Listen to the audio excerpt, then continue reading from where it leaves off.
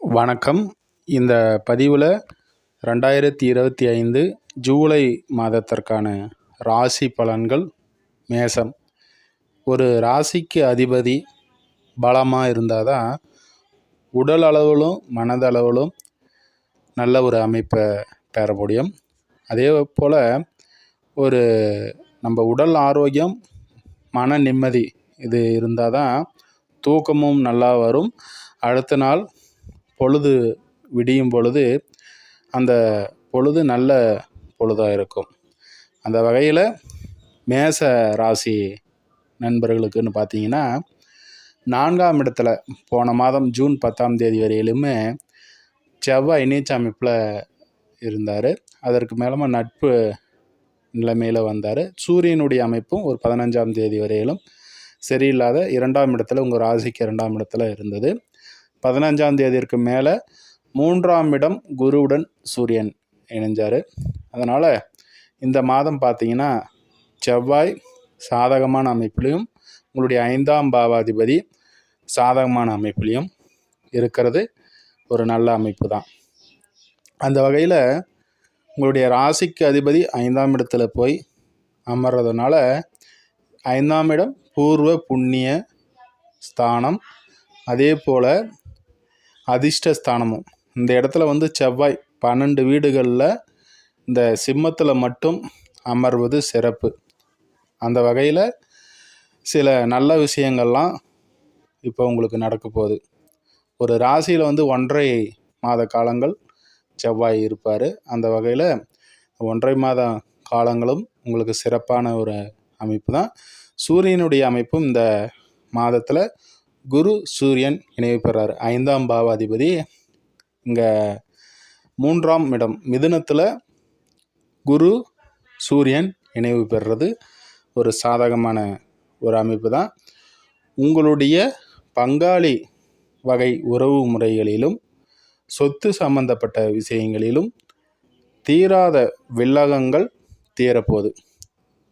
அதே போல் பூர்வீகம் சொத்து சம்பந்தப்பட்ட விஷயங்களில் உங்களுக்கு சாதகமான ஒரு அமைப்பு உண்டாகும். குழந்தை அமைப்புகள், அதே போல் குலதெய்வ அனுகூலம், இது எல்லாமே சிறப்பாக இருக்குது. அதிர்ஷ்ட வாய்ப்புகள் 5ஆம் இடத்துல போய் செவ்வாய் இங்கே அமரக்கூடிய அமைப்பில் எந்த ஒரு முயற்சியும் எடுத்தால் உடனே கிளிக் ஆயிரும். அது சக்ஸஸ் ஆகக்கூடிய ஒரு அமைப்பு.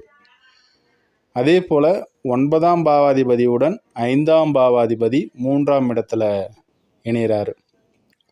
அந்த வகையில் இது சிவராஜ்ய யோகம். சூரியன் குரு இணைவு பெறுவது சிவராஜ்ய யோகம். உங்களுடைய பாக்கியஸ்தானத்தையும் இந்த குரு பார்த்துட்டு தான் இருக்கிறாரு. அதனால் இப்போ உங்களுடைய உள்ளுணர்வு மூலயமாக உங்களுக்கு சில விஷயம் சாதகமான ஒரு அமைப்பு முன்னாடியே உங்களுக்கு தெரிஞ்சிடும். இதை செய்யலாம், இதை வேணாம், இந்த முடிவு எடுத்தால் சரியாக வரும், இதை பண்ணலாம் அப்படின்ற விஷயங்கள் தெரிய வரும். அதை வச்சு ஒரு சாதகமான அமைப்பு உண்டு. அதே போல் உங்களுடைய ராசியில் அமர்ந்திருந்த சுக்கிரன் ஜூன் மாதத்தில் ராசியில் அமர்ந்துட்டு இருந்தார். இப்போ 2ஆம் இடம் ரிஷபத்தில் அவர் ஆட்சி பலம் பெறாரு. அந்த வகையில் மேசத்தை பொறுத்த வரைக்கும் 7.5 சனியினுடைய ஆரம்பம் விரய சனி அமைப்பில் இருக்குங்க. இந்த விரய சனி அமைப்பு இருக்கக்கூடிய நீங்கள் உடலாலும், அதே போல் வேலை அமைப்புகளில், அதே போல் இப்போ பார்த்தீங்கன்னா வரவு வரும், வரவுக்கு மீறிய செலவு இருக்கும். அதை சமாளிக்க முடியலன்ற ஒரு பயமும் வரும். கணக்கு போடுவீங்க.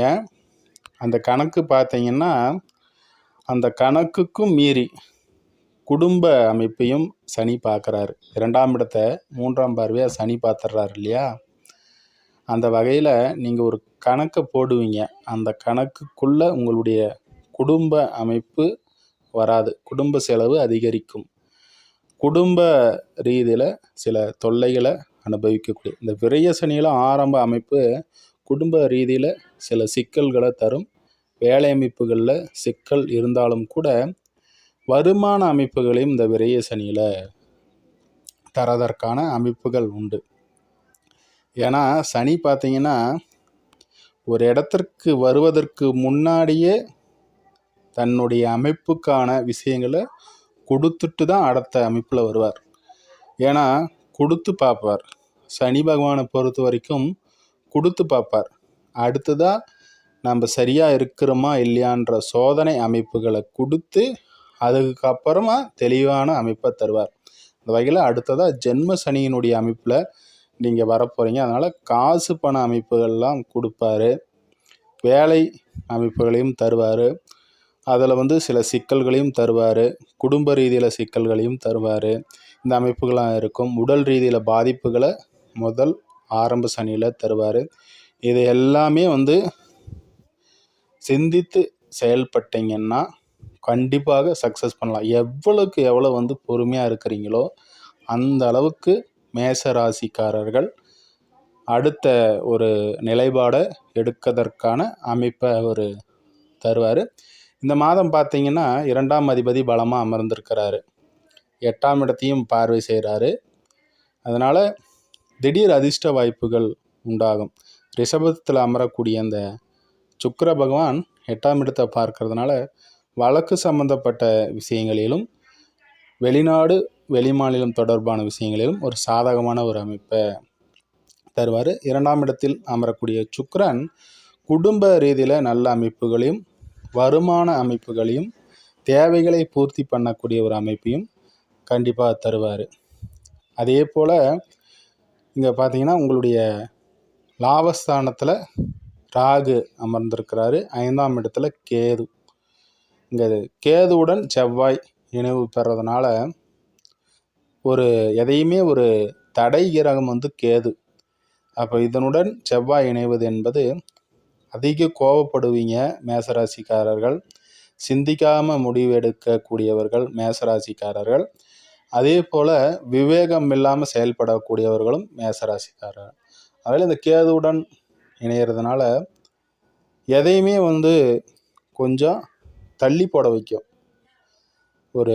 நீங்கள் ஒரு விஷயம் எடுக்கிறீங்க, ஒரு விஷயம் சாதகமான ஒரு அமைப்பில் இல்லை, அதனால் கோபம் அடைவதற்கு பதிலாக விரக்தி அடைய வைப்பார். இங்கே கேதுவுடன் நிறையதுனால விரக்தி கிரகம் கேது, அதனால் விரக்தி அடைய வைப்பார். அதுவும் ஒரு வகையில் சாதகம்தான். கோபத்தை விட விரக்தியில் இருப்பது ஒரு சாதகமான ஒரு அமைப்பு தான். அதே போல் விஷயங்களை தள்ளி போடக்கூடிய ஒரு அமைப்பையும் கேது தருவார். அதனால் ஒரு சாதகமான ஒரு அமைப்பு. ஏன்னா உங்களுக்கு 7.5 சனி நடந்துட்டு இருக்கிறதுனால இங்கே கேதுவுடன் செவ்வாய் இணைவது என்பது ஒரு வகையில் நன்மை தான். ஏன்னா ஒரு விஷயத்தை உடனே முடிச்சிடணும் அப்படின்னு நினைக்கக்கூடியவர்கள் மேசராசிக்காரர்கள். கேதுவுடன் செவ்வாய் இணைவதனால எல்லா விஷயத்தையும் தள்ளி போடுவீங்க. அதே ஒரு சாதகமான ஒரு அமைப்பில் உங்களுக்கு சேர்ந்துடும். அடுத்ததாக இங்கே புதன் பார்த்தீங்கன்னா உங்களுடைய 4ஆம் இடத்துல அமர்ந்திருக்கிறாரு. சந்திரனுடைய அமைப்பும் வளர்ப்பிறை அமைப்பில் இருப்பதனால இங்கே சந்திரனும் புதனும் இந்த மாதத்தின் ஆரம்பத்தில் பரிவர்த்தனை அமைப்பில் அமர்ந்துடுறாங்க. அதனால் உங்களுடைய உடல் ரீதியிலும் வண்டி வாகன அமைப்பு, ஆரோக்கியம் சம்மந்தப்பட்ட விஷயங்கள் சாதக அமைப்பு, படிக்கும் மாணவர்களுக்கு யோக அமைப்பு, வேலைகளில் 6ஆம் பாவதி பரிவர்த்தனை மூலம் 6ஆம் இடத்துல அமர்ந்திருப்பதனால் வேலை அமைப்பிலையும் நல்ல ஒரு அமைப்பு உண்டாகும். அதே போல் இந்த மாதத்தில் பார்த்தீங்கன்னா சிறப்பான அமைப்புன்னு நம்ம பார்க்கும்போது குடும்ப அமைப்பு நல்லாயிருக்கும். உங்களுடைய சகோதர உறவுகள் நல்லாயிருக்கும். எடுக்கக்கூடிய முயற்சிகள் சாதகமான ஒரு அமைப்பில் இருக்கும். வேலை அமைப்புகள் நல்லாயிருக்கும். அதே போல் தகப்பன் உறவுகள் மூலயமாக சாதகமான ஒரு அமைப்பு உண்டாகும். கணவன் மனைவி உறவை பொறுத்த வரைக்கும் கொஞ்சம் சில விஷயங்களில் முரண்பாடுகளான அமைப்புகள் இருந்தாலும் ஒத்துட்டு போயிடுவீங்க. கடைசியில் இதை செய்ய வேணாம் அப்படின்ற ஒரு விஷயங்கள், ஒரு குழப்பமான ஒரு அமைப்புகள் இருந்தாலும் கூட ஒரு விஷயத்தில் குடும்பம் சரி அப்படி ஒத்துட்டு போகலாம் அப்படின்ற மாதிரியான ஒரு நிலைப்பாடுகளை வந்துடுவீங்க. அடுத்ததாக நம்ம தொழில் அமைப்புகள்லாம் பார்த்தோம்னா தொழில் வெளிமாநிலம் வெளிநாடு இது போன்ற அமைப்புகளில் தொழில் செய்யக்கூடிய நபர்களுக்கு ஒரு சாதகமான அமைப்பும் உண்டு. நிறைய முதலீடை வந்து தொழிலில் செலுத்தாமல் இருப்பது நல்லது. அதே போல் மேச ராசிக்காரர்களுக்கு இந்த மாதத்தில் பார்த்தீங்கன்னா 5, 6 ஆகிய தேதிகளில் சந்திராஷ்டம தினமாக வரும்.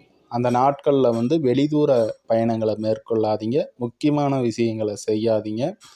இந்த நாட்களில் யாரிடமும் அதிகமான வாக்குறுதிகளை கொடுக்காதீங்க. இந்த அமைப்புகளில் இருந்தீங்கன்னா, இந்த ஏற்கனவே உங்களுடைய விரைய சனி அமைப்பில் இருக்கிறீங்க, கேதுவுடன் செவ்வாய் இணைந்துட்டார், சந்திராஷ்டம தினமாக இந்த 5, 6 தேதிகளில் வரதாங்க. இந்த நாட்களில் கவனமாக இருப்பது நன்மை. அடுத்ததாக இன்னொரு பதிவில் சந்திப்போம். எனது சேனலை சப்ஸ்கிரைப் பண்ணுங்கள், லைக் பண்ணுங்கள், உங்கள் நண்பர்களுக்கும் ஷேர் பண்ணுங்கள். சிறந்த கமெண்ட்டுக்கு ரிப்ளை தரப்படும். அடுத்ததாக இன்னொரு பதிவில் சந்திப்போம். நன்றி, வாழ்த்துக்கள். அதே போல் சுய ஜாதகம் பார்க்க விரும்ப உள்ள நண்பர்கள் என்னுடைய வாட்ஸ்அப் எண்ணிற்கு தொடர்பு கொள்ளவும். நன்றி, வாழ்த்துக்கள்.